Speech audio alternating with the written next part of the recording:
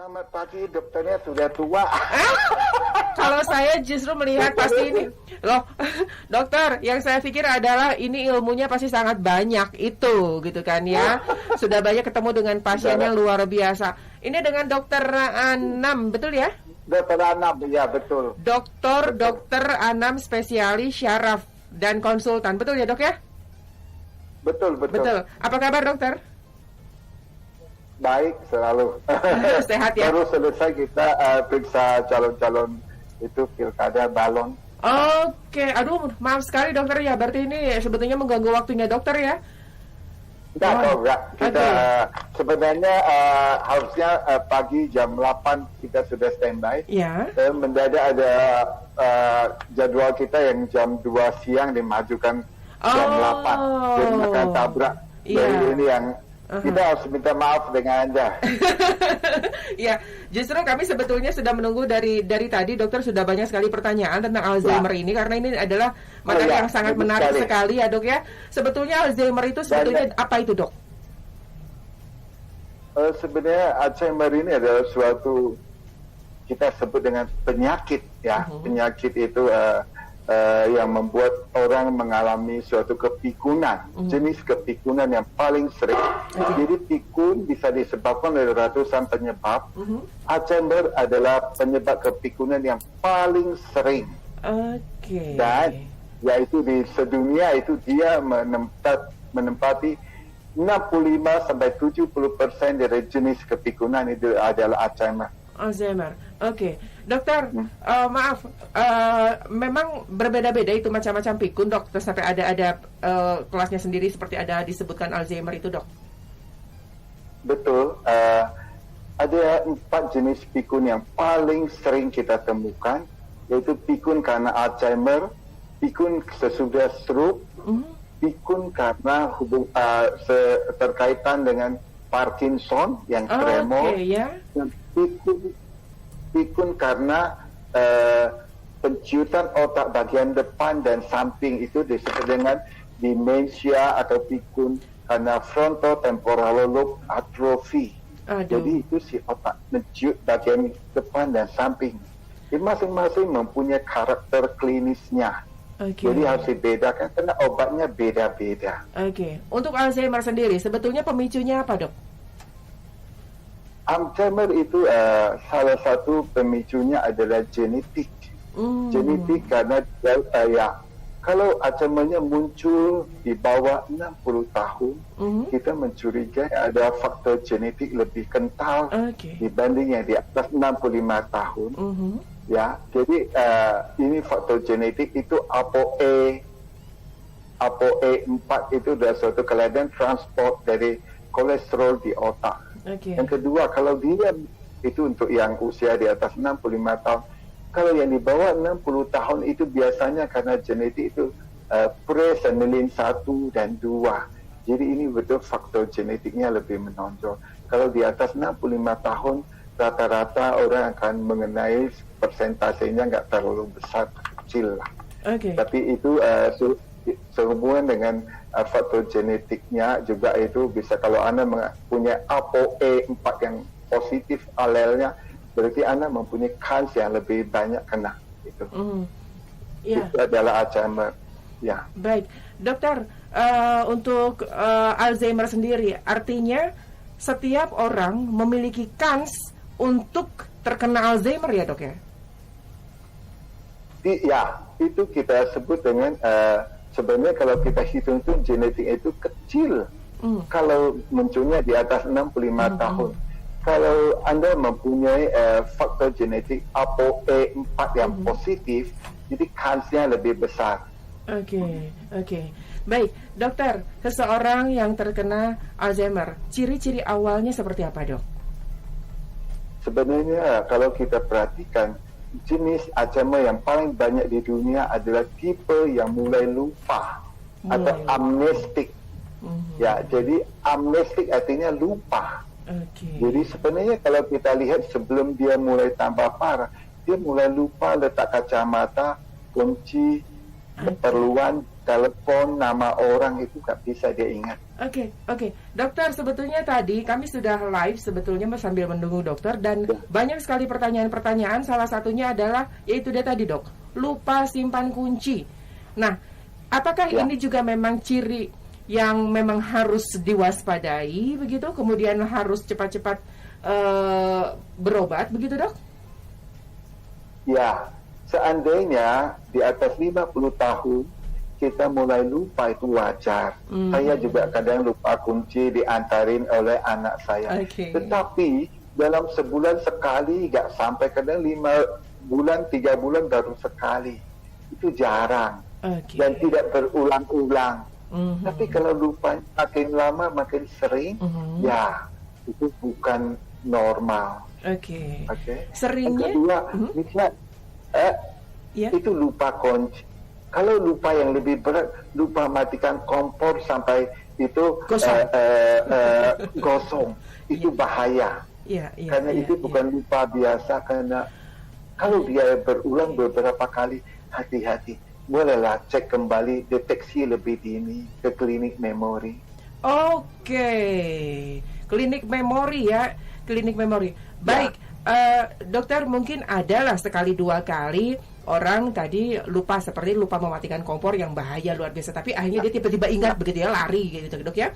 Nah, ini kalau misalnya sekali-sekali mungkin kata dokter juga nggak apa-apa, tapi kalau sering, nah ini seringnya itu rentang waktu berapa lama, kemudian berapa kali lupa, itu yang memang harus cepat-cepat akhirnya berangkat ke klinik memori. Seringnya ibu beda dengan seringnya saya. Jadi kita perlu sekali melihat kembali apakah semakin hari semakin sering dia lupa. Kalau dia semakin frekuensinya semakin rapat, berarti otaknya sudah mulai decline atau turun kinerjanya. Kalau 3 bulan sekali dan selama setahun ini 2 kali dan tahun lalu juga 2 kali, itu gak akan ada masalah.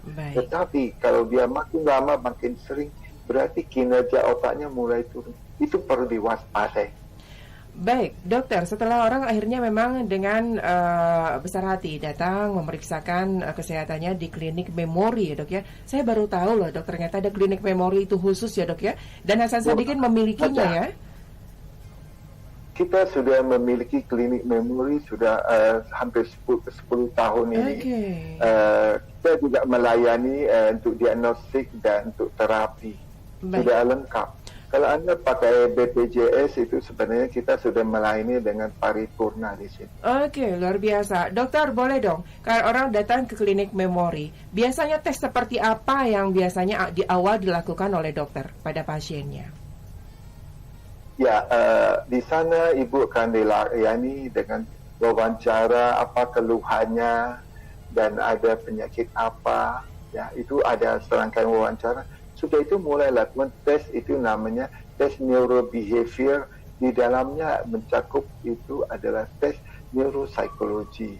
Anda akan dites daya ingatnya, Anda akan dites orientasi waktu, person, kemampuan berbahasa, menggambar, terus itu mengingat ruangan, karena orang Aceh sering lupa, terus itu berhitung, terus Ibu juga akan dites itu apakah Anda depresi. Karena orang depresi datang ke klinik memori, saya lupa semuanya, itu bisa. Dan sesudah itu tes ini selesai, kita akan mengambil darahnya, apakah kolesterolnya tinggi, ada diabetes, apakah dia ada gangguan jantung, itu semua mempengaruhi kinerja otak. Sesudah itu baru kita lepas MRI otaknya, karena itu semua ada di Hasan Sadikin. Jadi Anda bisa pakai BPJS. Baik, dokter, itu semua bisa diobati, Dok? Alzheimer ini? Ya, kita harus bilang bahwa sampai sekarang di dunia itu obat untuk membersihkan amyloid plaque itu si biang kerok, itu zat kimia yang ada di dalam otak itu belum bisa kita bersihkan. Walaupun 1-2 obat sudah mulai kita dicoba, tetapi dengan pengobatan yang ada sekarang kita bisa memperbaiki kualitas hidupnya. Jangan anjlok langsung, tapi membaik walaupun menurun akhirnya. Tapi kualitas hidupnya akan menjadi lebih baik. Baik. Nah sekarang dokter, ini sayang sekali ya, dokter waktunya nggak banyak lagi. Kalau tadi ada ciri-cirinya orang dengan mulai lupa, kemudian ternyata juga pada saat seperti di Hasan Sadikin ada kliniknya khusus, kemudian pengobatannya. Ya. Yang utama yang memang harus dilakukan untuk mencegah terjadinya Alzheimer lebih awal, apa yang harus dilakukan, Dok?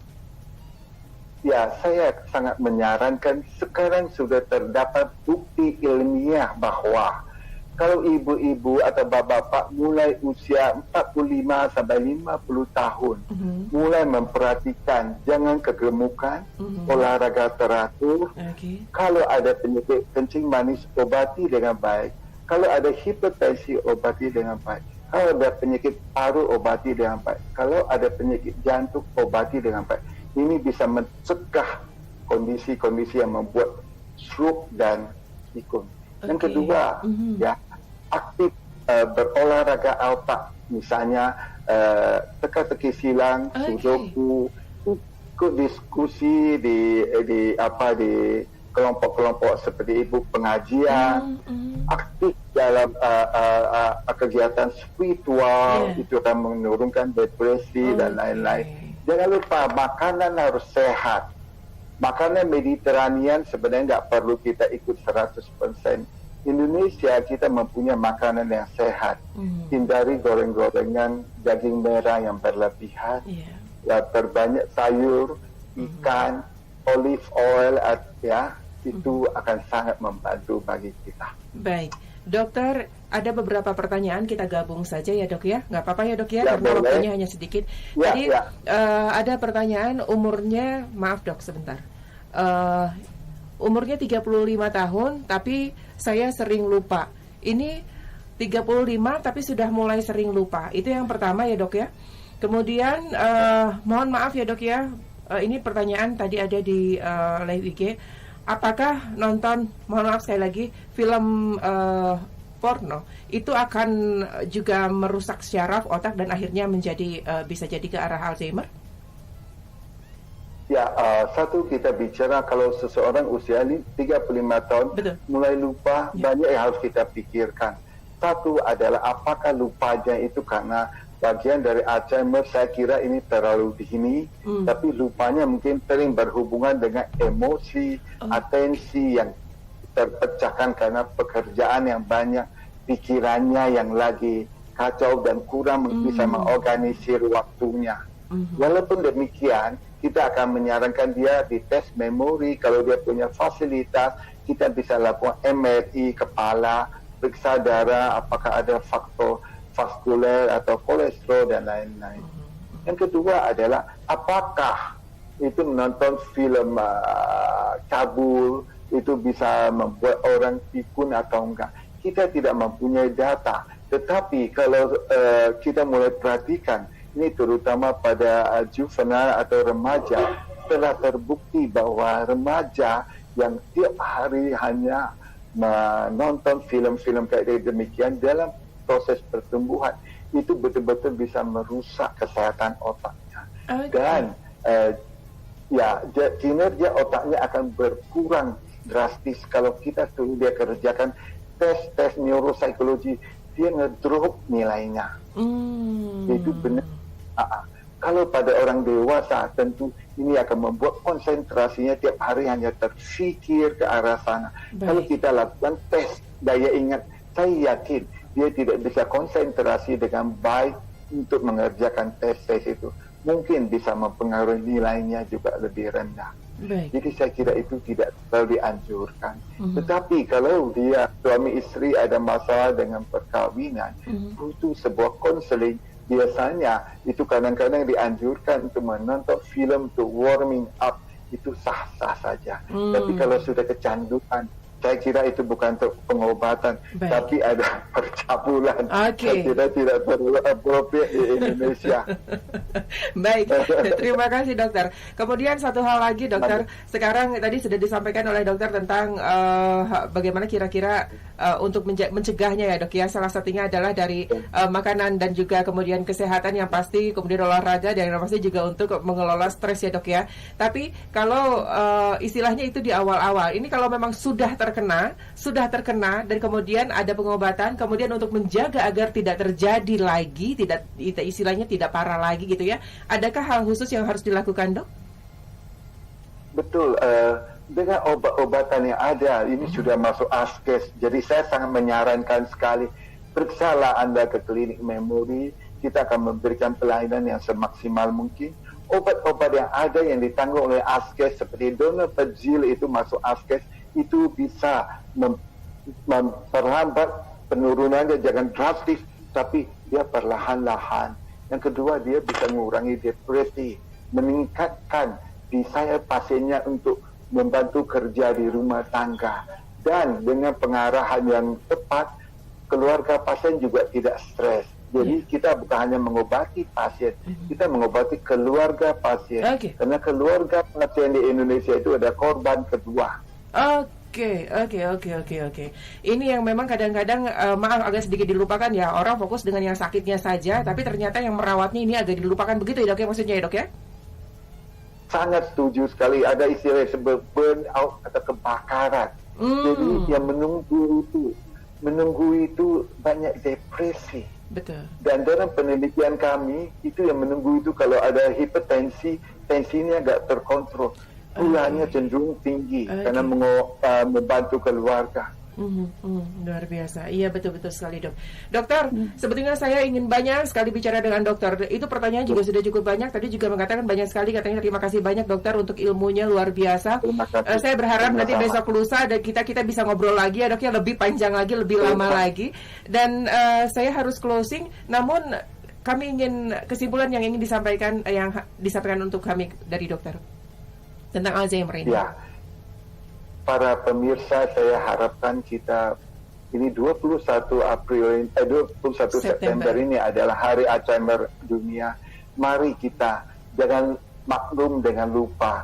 Kalau merasa lupanya bertambah dan sangat mengganggu, silakan datang ke klinik memori. Kita akan memberikan pelayanan yang terbaik yang bisa kita berikan. Baik. Ya, terima kasih. Dan sekali lagi bahwa ternyata di Hasan Sadikin itu ada klinik khusus untuk memori. Terima kasih banyak, dokter, karena memang saya juga ternyata baru tahu, saya ketinggalan informasi ya, Dok ya. Di sana ada klinik memori. Dan mudah-mudahan dokter selalu sehat. Kemudian salam juga untuk teman-teman di sana yang selalu memberikan pelayanan kepada masyarakat. Apalagi Rumah Sakit Hasan Sadikin ini merupakan rumah sakit provinsi ya, Dok ya. Sukses, dokter. Ya, sekali lagi terima kasih untuk hari ini. Mohon maaf sudah mengganggu waktunya. Sekali lagi besok lusa ditunggu ya, Dok ya. Ya, sukses. Oke, terima kasih. Selamat pagi, dokter. Radio Sonora.